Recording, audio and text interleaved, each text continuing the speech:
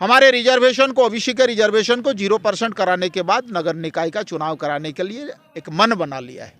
इसी के तहत सरकार की मंशा साफ नहीं है। मैं आगे आपको बताऊं कि लोगों को जो ये एक डर दिखा रही है और एक दिलासा दे रही है ये सरकार कि भाई ये आपका 1932 का खतियान और 27% का रिजर्वेशन के अगेंस्ट में अगर कोर्ट हो जाए तो ये समाप्त हो सकता है। इसीलिए हमने नमस्कार, जोहार आदाब। मैं हूं आपका जादव, आप देख रहे हैं जोहार न्यूज़। अभी आजसू के तमाम लोग यहां बैठे हुए हैं धरने पर, पुराना समर लाने के ठीक समीप में। और एक मांग है इनका कि अभी हाल में जो नगर निकाय चुनाव होने वाला है जिसमें पिछड़ों को दरकिनार किया गया है, क्या कुछ मामला है हम जानेंगे। जो केंद्रीय सचिव हैं माधव महतो जी, उनसे जानेंगे क्या कुछ मामला है और क्या कुछ लेके आज आप धरने पर बैठे हुए हैं। देखिए, सबसे पहले तो आपको और आपके चैनल को धन्यवाद। आज हम लोग पूरे राज्यव्यापी 24 जिला के मुख्यालय में नगर निकाय का जो चुनाव है उसमें जो आरक्षण ओबीसी का 0% कर दिया है उसको स्थापित करने के लिए, और सिर्फ स्थापित करने के लिए ही नहीं, चूँकि वर्तमान सरकार आपका जो महागठबंधन की सरकार है, इस सरकार ने अपना इलेक्शन मैनिफेस्टो में भी कहा था कि हमारी अगर सरकार बन जाती है तो हम ओबीसी को आरक्षण देंगे, 27% आरक्षण देंगे। लेकिन सवाल ये है कि इसी वर्ष संपादित पंचायत त्रिस्तरीय पंचायत चुनाव जो हुआ उसमें भी ओबीसी का आरक्षण को समाप्त कर दिया गया। हमारे लोकप्रिय सांसद गिरिडीह श्री चंद्र प्रकाश चौधरी जी इसके अगेंस्ट में एपेक्स कोर्ट में, सुप्रीम कोर्ट ऑफ इंडिया में जाके मामला दायर किया, और उसमें रीट का जो जजमेंट आया उसमें हुआ कि अगला जो भी पंचायत स्तर पर या नगर निकाय में चुनाव हो उसमें ट्रिपल टेस्ट कराने के बाद ही सरकार इस पॉलिसी को अडॉप्ट करे, उसके बाद चुनाव कराए। बड़ा दुर्भाग्य है कि इसके बावजूद भी सुप्रीम कोर्ट के न्याय आदेश को भी धत्ता बताकर वर्तमान सरकार ने हमारे रिजर्वेशन को, ओबीसी के रिजर्वेशन को 0% कराने के बाद नगर निकाय का चुनाव कराने के लिए एक मन बना लिया है। इसी के तहत हम यहाँ पर बैठे हुए हैं और हमारी मांग है कि सरकार पुनः इस पर विचार करे और नोटिफिकेशन जारी होने के पहले हमारी जो भागीदारी है, एक स्लोगन है जिसका जितना संख्या भारी उसको चाहिए उतना हिस्सेदारी, तो हमें ओबीसी को अपना हिस्सेदारी दें। अन्यथा जिस प्रकार से ये पॉलिटिकल स्टंट चल रहा है, राजनीतिक कालाबाजी, ये 1932 और 27% आरक्षण को लेकर, तो निश्चित तौर पर इसकी आवाज़ 52% समाज का जो नेतृत्व करता है आदरणीय सुदेश कुमार महतो जी, आजसू पार्टी, ये चुपचाप बैठेगी नहीं।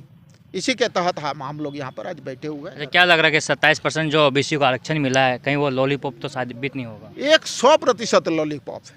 इसीलिए कि मैं आपको बताऊं कि बड़ी लंबी लड़ाई के बाद ये 27% लोगों ने उच्चारण तो किया, कैबिनेट से इस पर निर्णय आया, फिर विधानसभा में भी इसको पारित किया गया। लेकिन विधानसभा में जो प्रक्रिया अपनाना चाहिए था, किसी भी दल के नेताओं को उनका कोई भी सुझाव को रखने ना देकर और आनन फानन में इसको पारित करा देना, ये कहीं ना कहीं ये इंगित करता है कि सरकार की मंशा साफ नहीं है। मैं आगे आपको बताऊं कि लोगों को जो ये एक डर दिखा रही है और एक दिलासा दे रही है ये सरकार कि भाई ये आपका 1932 का खतियान और 27% का रिजर्वेशन के अगेंस्ट में अगर कोर्ट हो जाए तो ये समाप्त हो सकता है। इसीलिए हमने भारत सरकार को रिकमेंडेशन के साथ भेजा कि आप अनुसूची 9 में इसको शामिल कर दीजिए।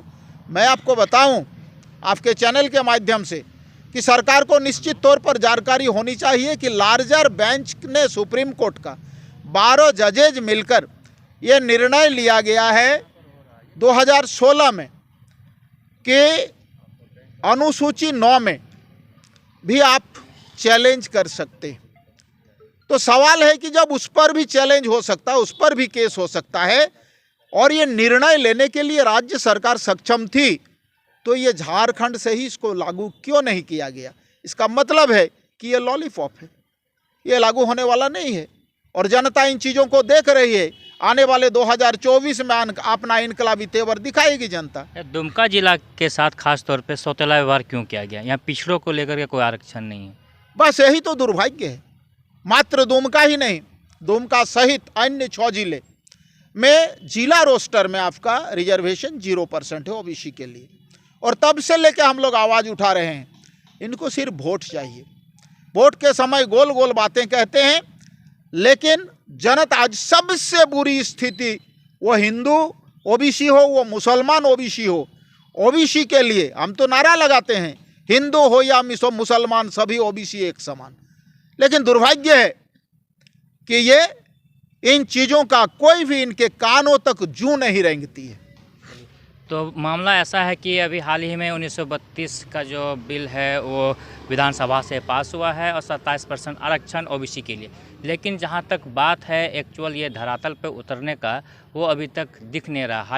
अब आने वाले समय में नगर निगम का जो है नगर निकाय का चुनाव होने वाला है और दुमका जिला में आप देख चुके हैं कि पिछले पंचायत चुनाव में ओबीसी का आरक्षण कितना रहा। ऐसे में जो मांगे क्या है सरकार तक पहुंच रही है। अब सरकार को इस पे फैसला करना है कि क्या मांग जायज़ है, क्या होना चाहिए धरातल पर। बने रहिए आप लोग तब तक जवाहर न्यूज़ का। धन्यवाद।